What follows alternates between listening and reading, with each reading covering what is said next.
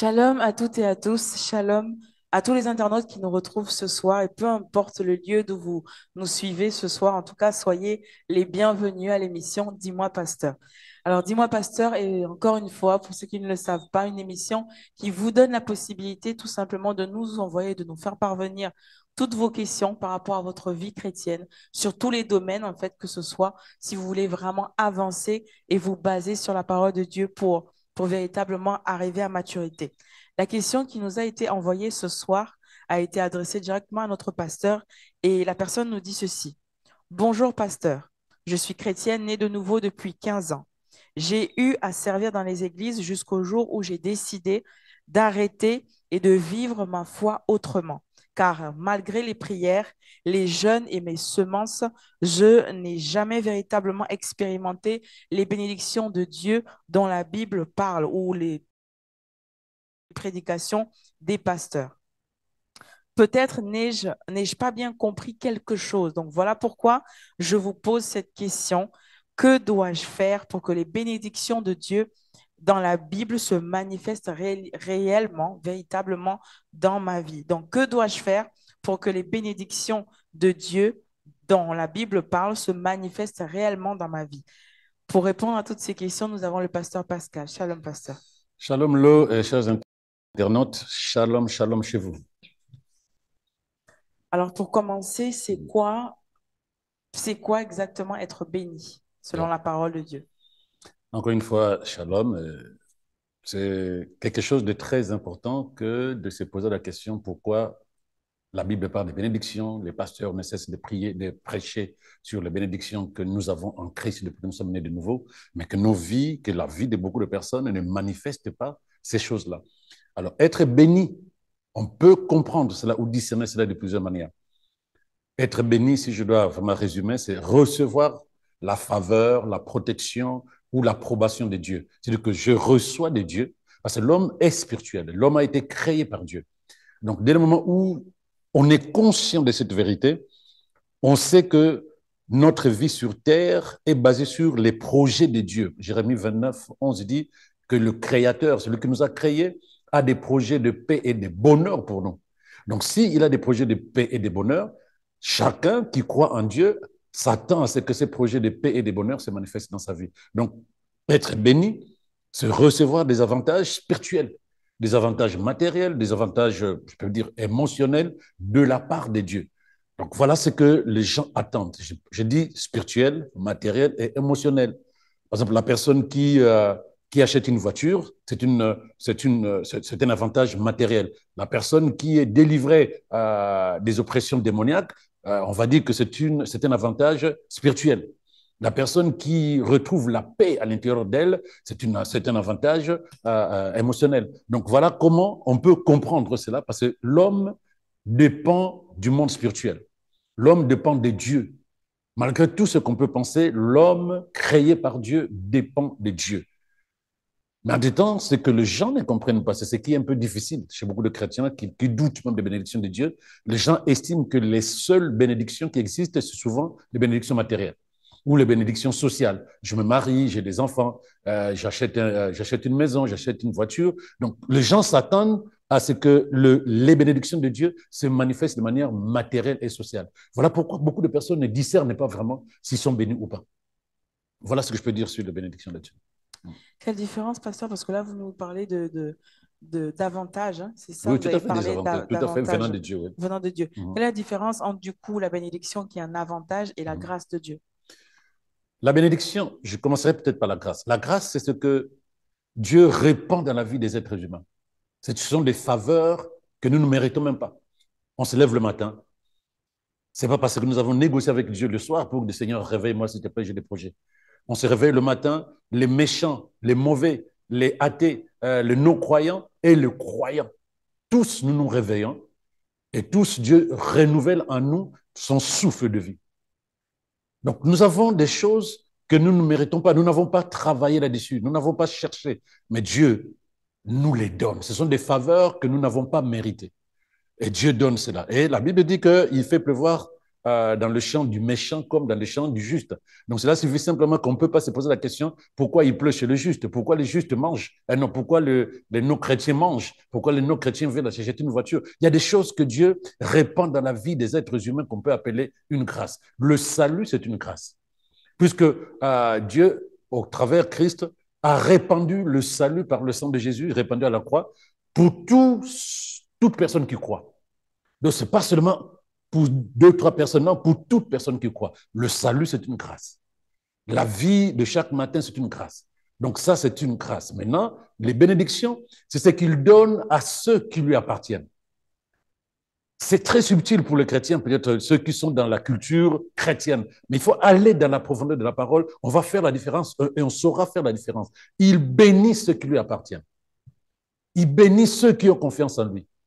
Mais la grâce, il peut répandre la grâce. Il répand la grâce dans la vie des êtres humains. Mais les bénédictions sont différentes de la grâce parce que les bénédictions sont spécifiques à une personne par rapport à quelque chose qui est importante pour la personne en question.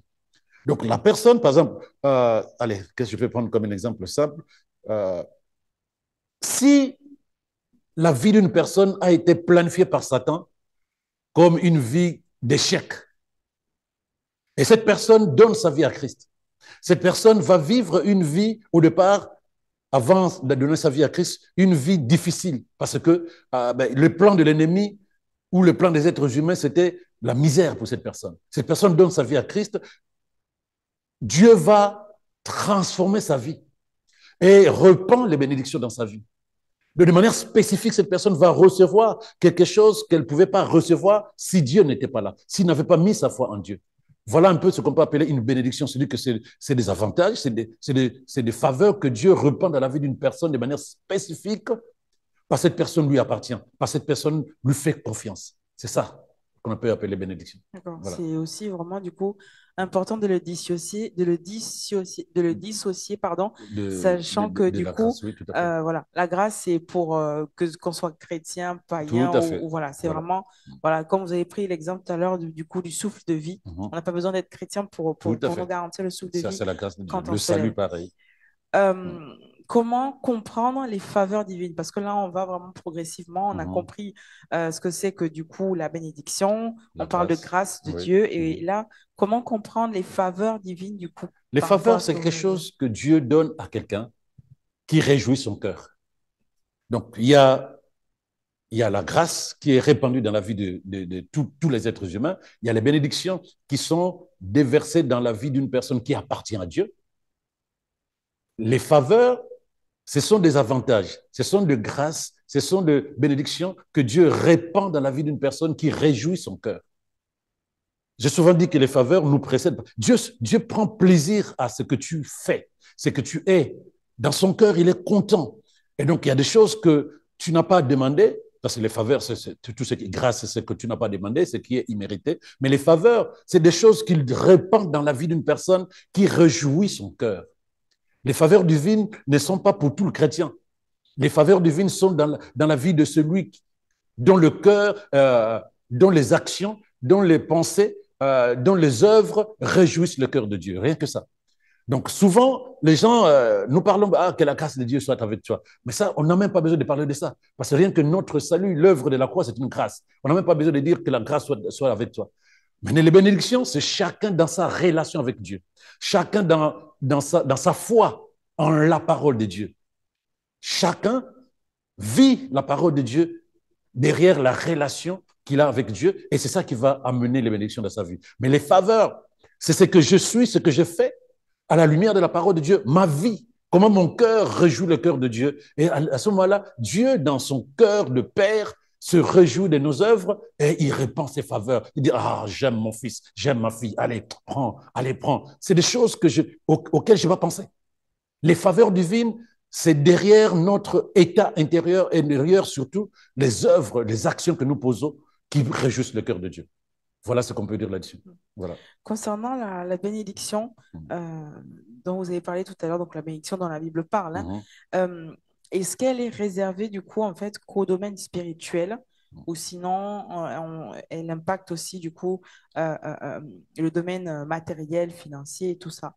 Je disais tout à l'heure, en fait, l'être humain, c'est un être spirituel. Notre corps n'est qu'une enveloppe. Mais le diable a fait un travail énorme de détruire cette vérité, parce que quand il a déconnecté Ève et Adam de la présence de Dieu, de la vérité spirituelle, il les a amenés à voir d'abord la partie extérieure. Ce qui fait que jusqu'aujourd'hui, même les chrétiens estiment que pour être béni, il faut que d'abord que je vois ces choses se matérialiser.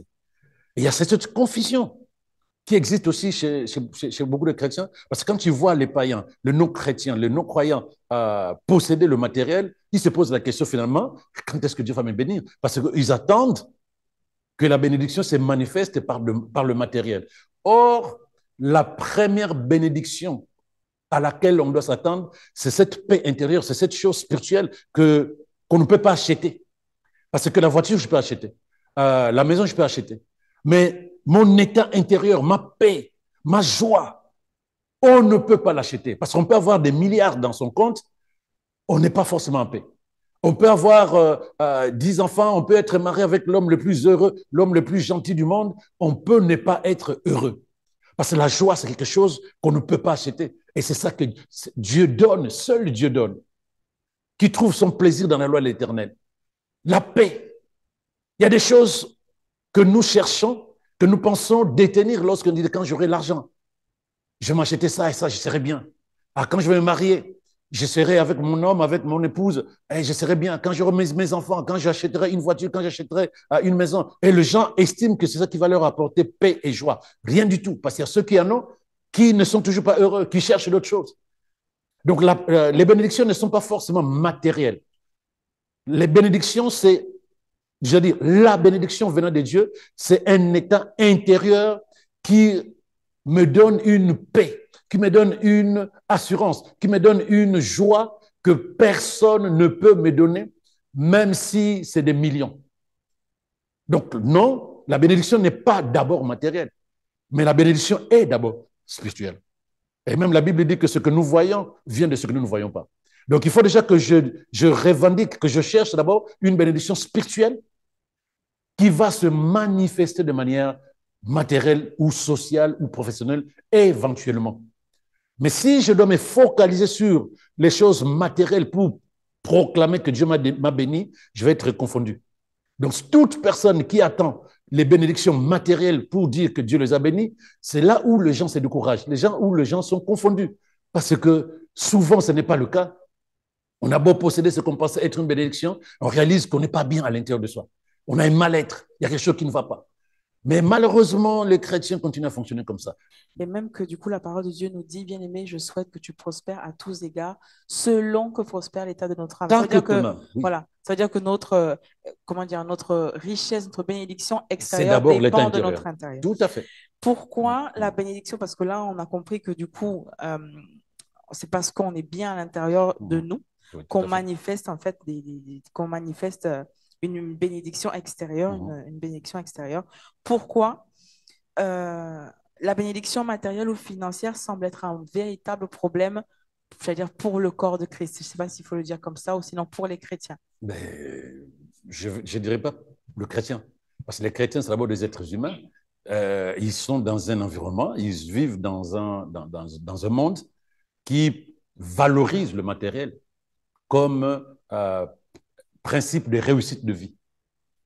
Donc, dès le moment où le monde dans lequel nous vivons, quand tu possèdes du matériel, c'est que tu as réussi. Et même les chrétiens, ben, ils se sont positionnés là-dedans en disant, quand j'aurai du matériel, c'est que j'ai réussi, c'est que Dieu m'a donné. Ils continuent à croire que c'est Dieu qui dispose. Mais ils ne savent pas revenir sur concrètement comment Dieu fonctionne pour bénir quelqu'un. Donc, du coup, ils se disent, je sais que ce qui donne, c'est Dieu qui bénit, mais je comprendrai, je dirai, je déclarerai que Dieu m'a béni lorsque j'aurai une réussite matérielle et sociale, comme tout le monde dans le monde, et je me dirai, là, je suis béni de Dieu. Donc, c'est un vrai problème. Ce qui fait que dans les églises, soit on en parle, soit on n'en parle pas. Soit on te bastonne pour te dire, voilà les bénédictions, voilà comment tu dois être béni, ou soit on te dit, fais attention à l'argent, fais attention au matériel, ça va te déconnecter de Dieu. Donc, du coup, il y a ces deux camps. Il suffit juste de se poser dans la parole de Dieu. Oui, Dieu bénit. En tant qu'être humain, nous avons, j'allais dire, droit. Nous devons accepter qu'étant créés par Dieu, nous avons naturellement, nous devons attendre de notre source un certain nombre d'avantages spirituels qui peuvent se manifester dans le matériel. Mais maintenant, pour quelles raisons dans les églises, il y a ces deux camps. Il y a ceux qui disent faites attention, à ceux qui disent c'est ça même la bénédiction. Parce que, comme je l'ai dit, le diable a fait un travail de déconnexion des réalités spirituelles. Mais la vérité, bien aimé, toi qui m'écoutes, tu te focalises sur ça, tu perds les réalités spirituelles parce que tes pensées vont être focalisées sur le matos, le matériel, sur le social. Je dois me marier, c'est ça la bénédiction. Je dois avoir des enfants, c'est ça la bénédiction. Non. Commence déjà par accepter déjà que rien que le souffle de vie, c'est une grâce, c'est une bénédiction. Commence à accepter déjà que la connaissance même que tu as de Dieu, ta foi en Christ, c'est une grâce, c'est une bénédiction. Parce que beaucoup de personnes ont du mal à accepter Christ comme Seigneur et Sauveur. Tu ne penses pas que tu es béni que de le connaître. Maintenant, la manifestation de ta relation avec Dieu, toi qui possèdes la vie de Dieu en Christ Jésus, ça, peut-être que la question sera posée, ça va être lié à ta relation avec Dieu et surtout à ta connaissance des vérités spirituelles dans la parole de Dieu. Voilà. La personne nous envoie entre autres du coup une question, pourquoi ai-je du mal à vivre les bénédictions de Dieu malgré mes prières? Donc ça veut dire que elle s'est sûrement retrouvée en fait vraiment à prier comme dans les églises, hein, à proclamer des fois la parole de Dieu, mais rien ne change, rien ne fonctionne. Donc elle dit, pourquoi ai-je du mal à vivre les bénédictions de Dieu? En fait, il faut bien comprendre, comme je l'ai dit, les bénédictions, c'est d'abord spirituel, c'est quelque chose d'immatériel, mais qui vient à l'intérieur de nous au travers de notre foi en la parole de Dieu. Parce que Dieu bénit derrière sa parole. Donc, lorsqu'il proclame des bénédictions sur la vie d'une personne, la personne doit accepter la parole qui lui a été donnée. Dieu ne te donne pas, te donnera pas si tu pries, par exemple, pour que tu t'achètes une voiture, et tu dis, ah, le Seigneur m'a béni, j'ai une voiture, mais tu ne verras pas Dieu venir avec une voiture te déposer là. Non. Il faut que tu saches déjà comment il fonctionne. Parce que le chrétien, peut-être qu'ils sont devenus très matérialistes, je suis désolé, mais je crois que les gens oublient que Dieu est esprit, que ceux qui l'adorent doivent l'adorer en esprit et en vérité, que ceux qui croient en lui doivent croire qu'il existe et qu'il bénit réellement, mais derrière une réalité spirituelle. La réalité spirituelle, nous la recevons derrière la foi en la parole. Quand il dit dans Josué 1, verset 8, il dit dans Josué 1, verset 8 que ce livre de la loi, je le prends, répète sans cesse, Josué 1, verset 8, répète sans cesse les enseignements du livre de la loi. Redis-les dans ton cœur jour et nuit. Il ne parle pas, non, je viendrai avec une voiture. Je viendrai avec un mari ou une femme et des enfants. Il te dit, prends la parole. Parce que Dieu ne bénit pas en te donnant du matériel. Dieu bénit en te donnant sa parole. Donc, lorsque tu as un besoin, Dieu te donne sa parole. Il dit, répète les enseignements. Répète ce que je t'ai donné comme information concernant ta vie, concernant ma manière de fonctionner avec toi. Quand tu as fini de répéter, redis-les. Donc, rumine, ressasse les mêmes paroles que je t'ai données. Pas seulement une journée, mais jour et nuit. Jour et nuit, intègre ce que j'ai dit dans ma parole, intègre ce que j'ai donné qui est dans ta Bible, là que tu as, jour et nuit, pour que ça devienne ta façon de penser. Ensuite, il dit, tu t'efforceras d'obéir à tout ce qui est écrit. Pourquoi il demande tout ça? Il dit, de cette façon, tu mèneras tes projets avec succès et ces projets vont réussir. C'est-à-dire, les bénédictions que tu attends sont dans ma parole. La condition, répète cette parole à l'intérieur de toi. Rumine cette parole. Redis les enseignements jour et nuit. Intègre cela. Approprie-toi les vérités qui sont dans ma parole. Et pratique ce que j'ai dit. Et ce n'est que comme ça que tu verras que ça va se manifester. Tu vas réussir. Tu seras béni. Mais en fait, qu'est-ce qu'il veut nous faire comprendre? Que la bénédiction est d'abord spirituelle. Les bénédictions sont d'abord spirituelles. C'est parce que nous les intégrons à l'intérieur de nous en tant que vérité spirituelle que cela change notre manière de penser, que cela va se transformer en social, en matériel, en professionnel, derrière les actions que nous allons poser, derrière la manière avec laquelle nous allons penser, nous allons réfléchir. Parce que c'est derrière nos actions que les bénédictions se manifestent. C'est ce que les chrétiens ne savent pas, ou peut-être ils ont oublié. C'est derrière nos actions. Ce n'est pas parce que Dieu, bien-aimé, t'a dit que tu vas posséder une maison, que tu vas acheter une maison d'ici là, qu'il suffit que tu restes assis et du jour au lendemain, on va te donner le titre de la maison. Non, c'est derrière les actions que tu vas poser. Tu travailles, Dieu bénit les œuvres de tes mains, et ensuite, qu'est-ce qui va se passer? Ben, tu as de l'argent que tu vas utiliser pour acheter la maison. Il y a des actions derrière, bien-aimé. Donc Dieu bénit, c'est-à-dire qu'il dispose pour toi des opportunités, il dispose pour toi des circonstances, il met sur ton chemin des faveurs parce qu'il se plaît à ta vie, à ta relation avec lui. Et il te donne de la sagesse, il te donne des inspirations pour que tu fasses un travail qui t'apporte de l'argent et à partir de cet argent, tu vas acheter la maison en question. Voilà comment Dieu fonctionne. Il ne va pas te donner quelque chose que tu n'as pas mérité derrière les œuvres que tu accomplis. Même quand quelqu'un peut t'offrir une maison, bien aimé, c'est derrière un travail que tu auras à faire, derrière les relations que Dieu mettra sur ton chemin. Mais surtout, ne t'attends pas seulement que lorsque Dieu veut te bénir, que tu t'assois et les gens viennent te dire, ah, Dieu m'a dit, il faut que je te bénisse. Non. Si ça se passe comme ça, gloire à Dieu. Mais Dieu n'est pas le Dieu des paresseux. Il a dit, je bénirai les œuvres de tes mains. Tu comprends ce qu'il veut dire? Je bénirai les œuvres de tes mains. C'est derrière ce que tu fais que Dieu va manifester les bénédictions que tu attends, bien-aimé. Voilà ce qu'il faut que tu arrives à mettre en place. Et que le Seigneur qui bénit les œuvres de tes mains te bénisse véritablement. Voilà. Amen, amen, amen. Pasteur, pourquoi on peut constater en fait que dans les églises, certains chrétiens, c'est comme s'il y avait deux catégories en fait de chrétiens. Donc il y en a qui vivent une vie épanouie, donc pleinement épanouie, ils font des projets, tout réussi. Et il y a une autre catégorie du coup qui ont vraiment, mais vraiment du mal à vivre, à expérimenter la parole de Dieu, en fait, tout simplement dans tout ce que Dieu nous dit par rapport à ses bénédictions. Tout est basé sur la foi. La foi, c'est cette conviction que oui, je suis né de Dieu, je suis enfant du Créateur. C'est-à-dire que ma vie puise sa source dans la parole de Dieu. Il n'y a aucun père spirituel, aucun père humain ne va laisser, qui a le moyen, ne va laisser ses enfants galérer.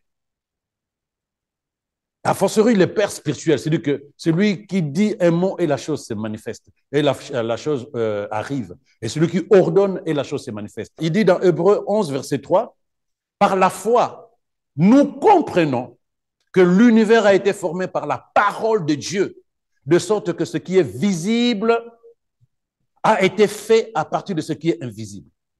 Dieu est invisible.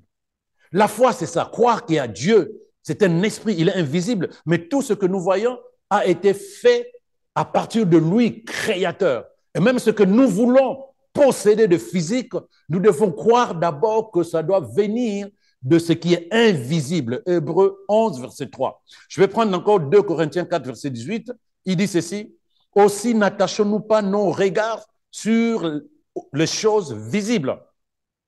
Ce qui intéresse les gens aujourd'hui, parce que les bénédictions, parce que j'ai une voiture, j'ai une maison, j'ai une femme, j'ai des enfants, c'est ça qu'on appelle, ah, il a été béni le frère. Mais nous devons attacher notre regard aux réalités invisibles. Parce que la foi, on ne peut pas être chrétien et avoir plus le regard sur le matos, sur le matériel. On ne peut pas être chrétien si notre regard est d'abord physique. Ah oui, j'ai ça, donc je suis béni. Non, notre regard, puisque nous croyons en Dieu qui est invisible, nous devons apprendre à regarder aux choses invisibles. Nous devons apprendre à nous positionner d'abord dans la dimension invisible. Il dit, nous ne devons pas nous attacher notre regard aux choses invisibles, mais aux réalités invisibles. Ce que l'on peut voir avec le yeux physique ne dure qu'un temps. Combien de fois on change de voiture? Combien de fois on change de maison? Combien de fois on s'achète des vêtements? Là, on est en hiver bientôt, on va changer de vêtements. On a déjà commencé à acheter des vêtements d'hiver. En été, on va changer. C'est ça. Malheureusement, si on reste là-dedans, ben, on sera totalement scotché dans les matériels. On ne saura plus comment fonctionne mon spirituel. Mais il dit, nous devons plutôt attacher notre regard aux réalités invisibles qui demeurent éternellement. Lorsque le chrétien, par rapport à ta question, n'est plus conscient des réalités invisibles, des réalités spirituelles, croira qu'il n'est pas béni. Parce que la question que tu as posée, c'est par rapport à ce qui est socialement faisable, par rapport à ce qui est physiquement visible, le matos. C'est ça qu'on pense être béni. Mais la personne qui a 10 voitures, qui a 15 maisons, peut ne pas être en paix à l'intérieur d'elle. La personne qui a une femme et 5 enfants peut ne pas être en bonne santé. En revanche, celui qui a le minimum nécessaire de vie est en bonne santé. Ça fait 10 ans qu'il a vu un médecin. Et que quel que soit ce qui se passe dehors, inflation, déflation au niveau de son entreprise, cette personne est en paix, sécurité. Cette personne n'est pas stressée par rapport à ce qui se passe. Et cette personne arrive à survivre avec le peu qu'elle a. Il y a plusieurs facteurs qui peuvent faire que non, ça c'est une bénédiction. Comment je fais pour tenir alors que j'ai que 1000, 1500 le mois par rapport à quelqu'un qui a 10 000 qui ne s'en sort pas, il ne comprend pas. Il a l'argent, mais il ne s'en sort pas. Et il est toujours malheureux, il est toujours triste, comme si l'argent qu'il possède, c'est comme si quelqu'un venait récupérer dès qu'il a l'argent. Il y a plusieurs facteurs qui peuvent faire que, non, je ne regarde pas ma vie par rapport à ce que je possède ou ce que je ne possède pas. Je dois regarder ma vie par rapport à un certain nombre d'éléments qui sont d'abord spirituels et qui peuvent se manifester dans le matériel ou dans l'humain. Voilà. Je me permets de rebondir. Là, vous Mhm. avez parlé du coup du cas en fait du chrétien qui n'a peut-être pas forcément matériellement en fait tout ce que le monde Mhm. décrit de succès, Oui. mais qui se sent bien et qui vit bien sa vie. Là, est-ce que vous pouvez nous éclaircir du coup sur par exemple le cas d'un chrétien qui euh, va à l'église, Mhm. prie, fait tout ce qu'il faut, il jeûne, il prie, il sert, Mhm. mais qui est comme dans une sorte d'engrenage Oui. où il est dans les dettes, où il achète une voiture et la voiture se casse. Mhm. En fait, il n'y a pas d'avancée, il n'y a pas de progression, il n'y a pas de manifestation justement de De cette ces bénédictions. bénédiction-là dans la parole D'accord. de Dieu. Alors, je voulais peut-être choquer peut-être un chrétien. Le cas que tu as soulevé, c'est un cas qui peut arriver même aux non-croyants. Quelle est la place de Dieu là-dedans? Parce qu'un non-croyant peut aussi avoir un problème de voiture, peut aussi être dans les dettes. Donc, dans les banques où il y a des endettés, ben, je ne pense pas que tous ceux qui sont là-bas, c'est des chrétiens. Mais qu'est-ce que le chrétien peut avoir comme avantage? C'est la sagesse de Dieu. Oh, cette sagesse, on peut l'avoir dans la parole. Maintenant, il faut l'accepter, accepter de vivre dans la sagesse. Proverbe 4, verset 23, il dit, avant tout, prends garde à ce que tu penses au fond de toi-même, car ta vie en dépend.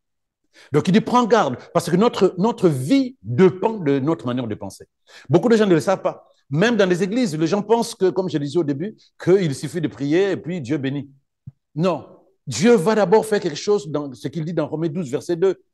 Ne te conforme pas aux habitudes de ce monde, mais laisse Dieu te transformer et te donner une intelligence nouvelle, une manière de penser différente.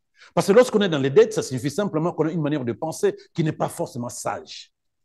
On est peut-être dans des achats compulsifs, on est peut-être dans une mauvaise manière de gérer le peu qu'on peut avoir, on n'a pas l'inspiration pour savoir fructifier ce qu'on a. Donc, c'est d'abord la manière de penser qui fait la différence. Donc, la Bible dit, prends garde, parce que la pauvreté, c'est une mentalité, c'est un état d'esprit. La richesse, c'est un état d'esprit aussi. Posséder, c'est un état d'esprit, et ne pas posséder aussi, c'est un état d'esprit. Les gens se disent, quand j'aurai l'argent, je ferai, je dirai. Mais l'argent, tu ne peux pas l'avoir si à l'intérieur de toi, tu as un état d'esprit qui ne permet pas à ce que tu possèdes cet argent. On va me poser la question, c'est quoi un état d'esprit? Mais comment penses-tu de toi quand tu penses argent? C'est quelque chose d'inaccessible pour toi, quelque chose de difficile, de compliqué, où tu te dis, non, je veux m'organiser et je veux puiser dans la parole de Dieu la sagesse qui me permettra de pouvoir, dès que j'ai 100 euros, je sais maintenant comment amener ces 100 euros à devenir 500 euros, comment je peux fructifier. C'est la sagesse de Dieu. Tant qu'on n'a pas la sagesse de Dieu, on peut s'attendre à devenir riche, on ne le sera pas. Parce qu'il y a des gens qui ont l'argent, mais qui n'ont pas cette capacité de pouvoir devenir effectivement de créateurs de richesse et de posséder ce qu'ils vous attendent, qu'ils doivent posséder. Les choses sont d'abord spirituelles. Or, nos pensées, c'est déjà des capacités spirituelles à l'intérieur de nous. L'état d'esprit dans lequel nous vivons. Quelle sagesse je dois utiliser pour pouvoir avancer. Donc, dans les églises, c'est ça le problème. Les gens croient que Dieu bénit, mais les gens ne savent pas que Dieu bénit d'abord dans le spirituel et il a besoin que notre manière de penser soit conforme à sa parole. Romains 12, verset 2. Laissez Dieu vous transformer dans votre façon de penser. Et quand nous serons transformés, il dit, vous pourrez alors discerner ce que Dieu veut, ce qui est bien, ce qui lui est agréable, ce qui est parfait. Mais tant que nous n'avons pas cet état d'esprit qui est en phase avec la parole de Dieu, ben, tu verras des personnes dans l'Église qui attendent, mais qui ne savent pas que Dieu veut d'abord qu'ils arrivent à accepter sa parole pour que leur cœur soit en phase avec la vérité de sa parole et qu'ils découvrent ce qu'on appelle la sagesse divine. Parce que sans sagesse, on est agité. Et quand on est agité à l'intérieur de soi, on a une vie qui est agitée, qui n'est pas stable. Et quand on n'est pas stable, on ne peut pas vivre les bénédictions de Dieu. Voilà. Euh, pardon. Comment comprendre que certains non-chrétiens, donc là on parle vraiment de personnes qui ne croient même pas en Dieu, en la bénédiction de Dieu, Oui. comment comprendre que ces personnes-là vivent des fois une vie épanouie plus que du coup les chrétiens?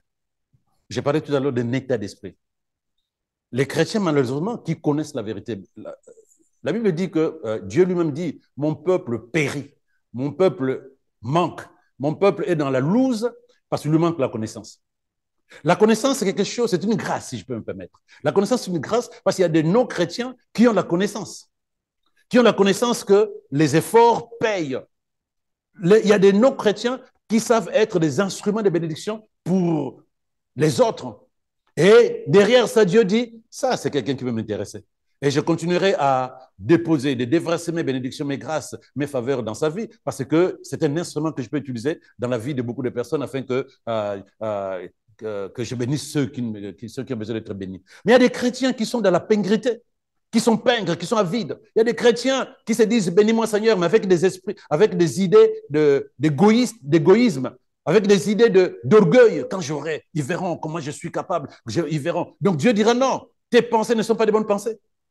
Donc eux, ils sont dans les églises, ils font des sémences sacrificielles, ils attendent que Dieu les bénisse, mais Dieu dit, je suis d'accord que je peux bénir, mais ce que tu as dans ton cœur ne me permet pas de te bénir parce que tu es égoïste.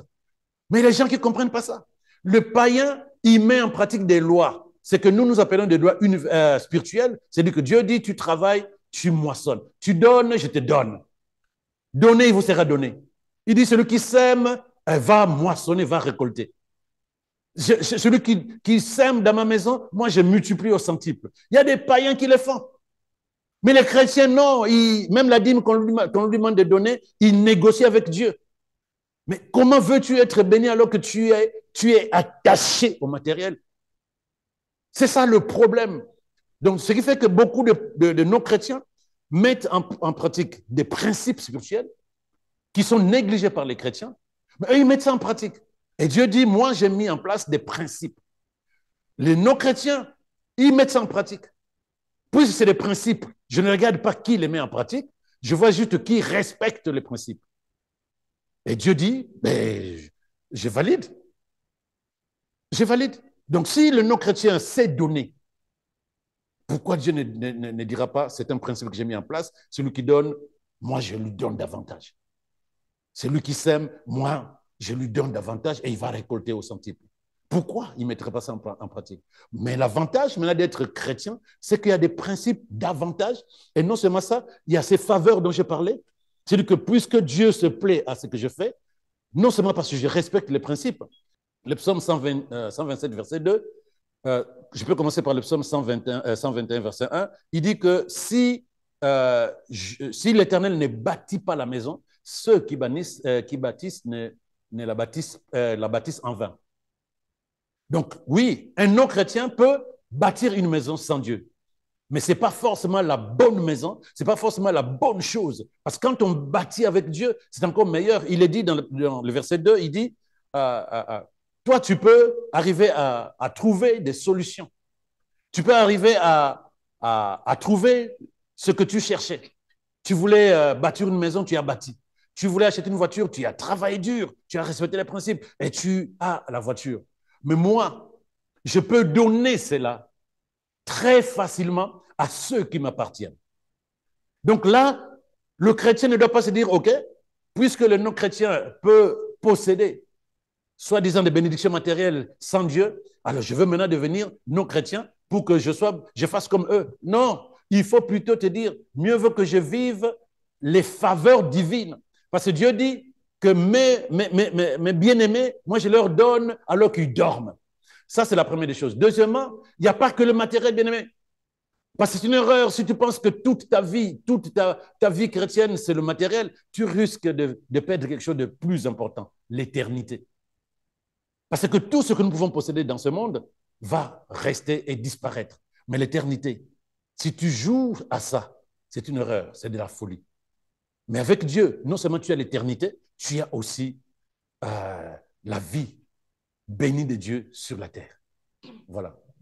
Alors, la parole de Dieu nous dit dans Ésaïe 59, versets 1 à 2, non, la main de l'Éternel n'est pas trop courte pour sauver, ni son oreille trop dure pour entendre, mais ce sont vos crimes qui mettent une séparation entre vous et votre Dieu. Ce sont vos péchés qui vous cachent sa face et l'empêchent de vous écouter. Est-ce que le péché peut être la cause de la non-manifestation des bénédictions de Dieu pour nos vies?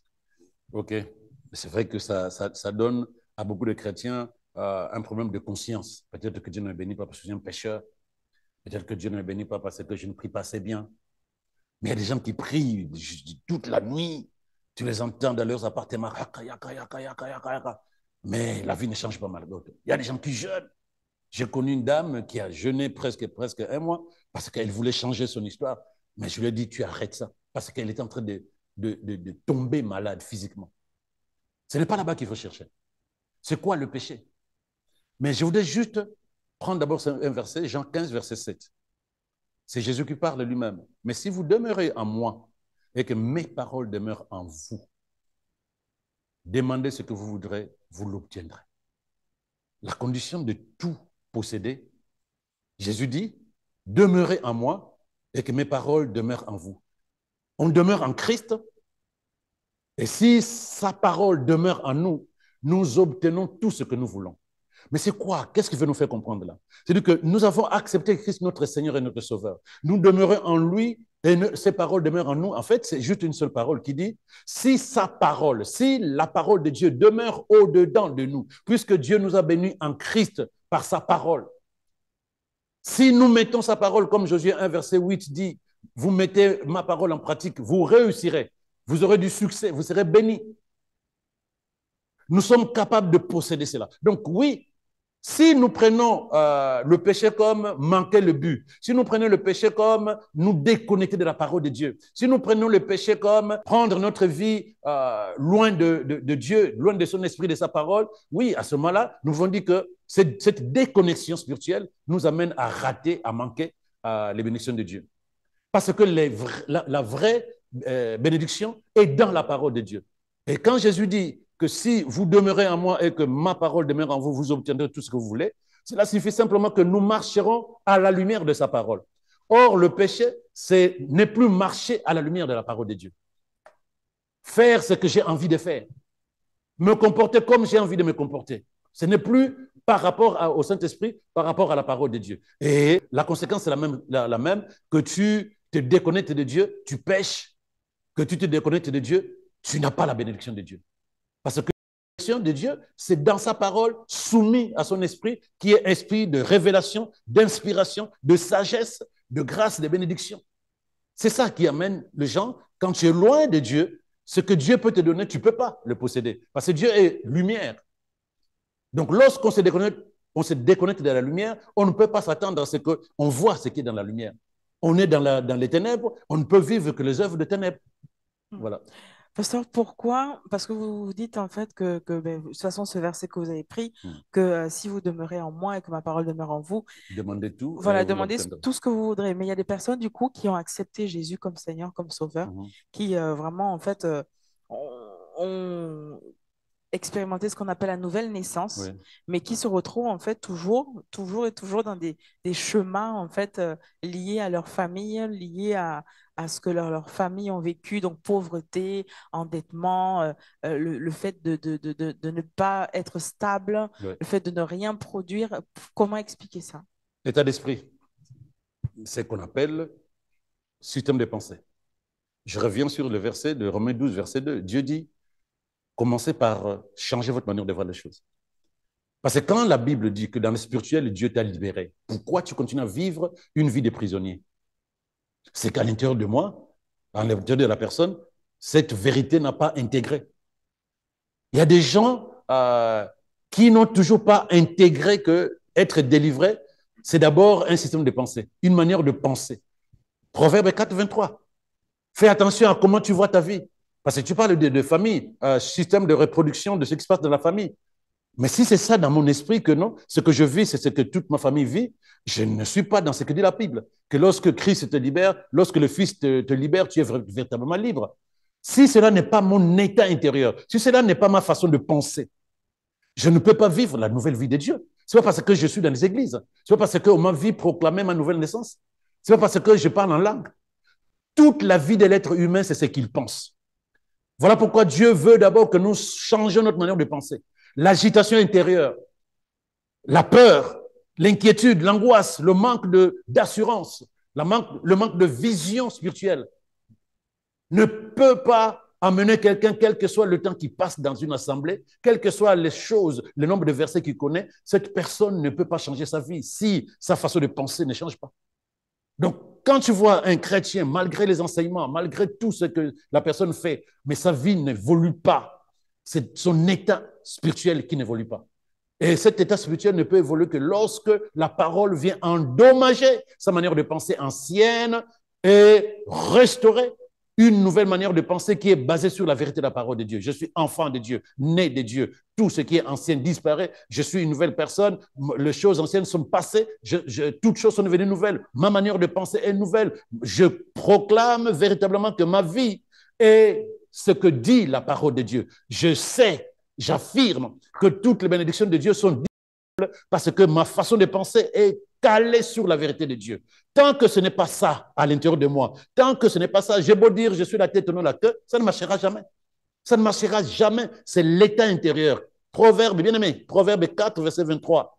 Fais attention à ta manière de penser, car ta vie en dépend. Et cette manière de penser, si tu veux voir les bénédictions de Dieu se manifester, pense comme Dieu pense de toi. Pense comme la parole de Dieu. Tant que ce n'est pas ça, quel que soit ce que tu feras, tu ne vivras pas la vie de Dieu. Tu ne peux pas vivre la vie de Dieu. Voilà ce que je peux dire là-dessus. Alors, nous arrivons à la fin et c'est vraiment, en tout cas, vraiment édifiant, en fait, tout ce qui se dit ce soir. J'espère que vous êtes, vous également, derrière votre écran, bénis et édifiés par rapport à tout ce qui nous est annoncé. Pasteur, comment concrètement, donc là, pour tous ceux qui nous suivent, pour vraiment faire un point et tout, comment dire, résumer en quelque sorte, Ouais. comment concrètement rendre visibles les bénédictions divines, donc dont la Bible parle, disponibles, manifestées, visibles dans nos vies. C'est vrai, rendre visible, c'est ça.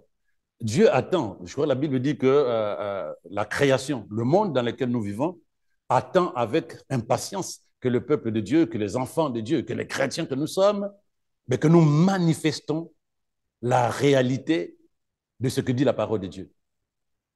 Mais je voudrais dire à quelqu'un, l'erreur que nous avons tous commis pendant longtemps, c'est de penser d'abord au matériel, au social, pour dire que Dieu m'a béni. Donc, du coup, en fait, on commençait par le bas et non pas par le haut. Le haut, déjà, il faut déjà avoir cette conscience spirituelle que Dieu existe, que Dieu bénit ceux qui sont en communion avec lui. Parce que la Bible nous dit dans Éphésiens 1, verset 3, béni soit Dieu, le Père de notre Seigneur Jésus-Christ, qui nous a bénis de toutes sortes de bénédictions spirituelles dans les lieux célestes en Christ.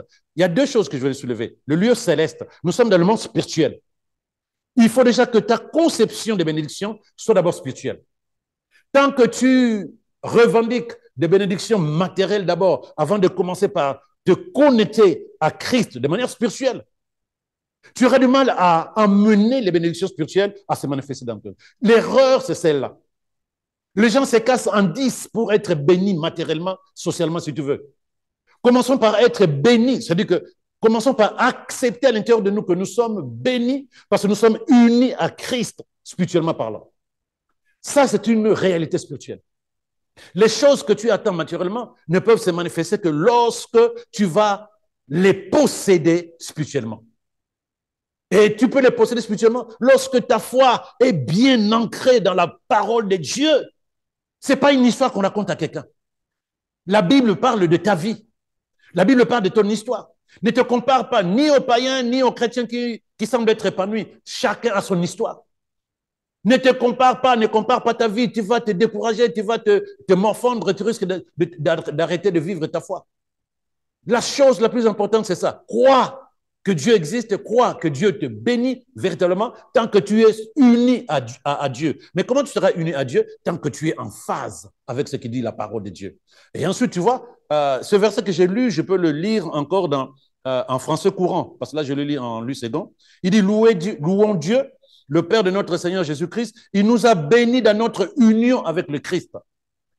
Tu ne peux pas attendre des bénédictions de Dieu, pas parce que tu es dans l'église, bien-aimé, parce que tu es uni à Christ. Mais comment tu peux être uni à Christ? Dans sa parole.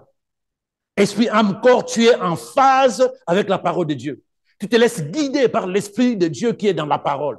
Tu es soumis à la parole de Dieu. Tes pensées, tes actions, tes paroles sont conformes à la parole de Dieu. Il n'y a pas de raison que la sagesse de Dieu, l'inspiration divine, les faveurs de Dieu ne se manifestent pas dans ta vie.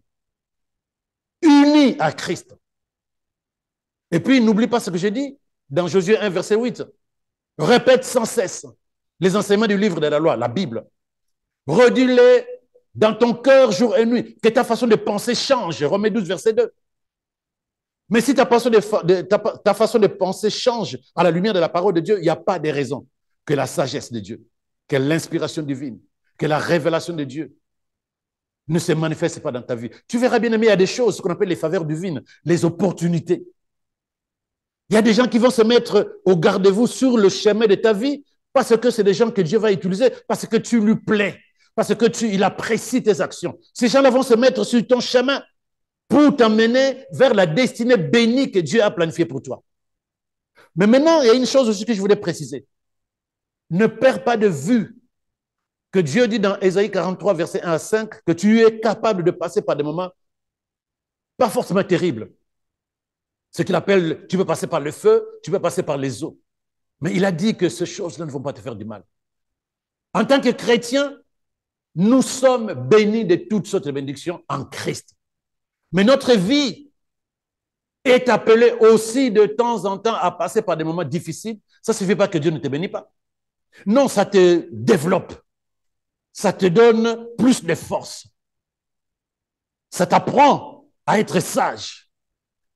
Donc, les bénédictions ne sont pas derrière une vie totalement aplanie, où tu n'as rien à faire, tu te lèves le matin, tu es bien. Oui, gloire à Dieu. Mais pour que tu arrives à récolter quelque chose, il faut que tu sèmes la chose. C'est du travail. Il faut labourer, parfois ça te fait du mal. Mais quand tu auras fini de labourer, tu sèmes. Il te faut aussi arroser. Et ce n'est qu'après que tu peux récolter. Donc, tu ne peux pas te dire, je suis chrétien, je suis né de nouveau, Dieu doit me bénir, sans rien faire. Parfois même souffrir. Mais derrière la souffrance, c'est ce qu'on appelle les douleurs de l'enfantement. Il faut croire en Dieu et à tout ce que dit la parole de Dieu. Et il faut t'accrocher à ça. Être patient. Être persévérant. C'est des choses que beaucoup de chrétiens ont perdues. Et tu verras ce que Dieu fera dans ta vie. Dieu est réel et sa parole est vérité.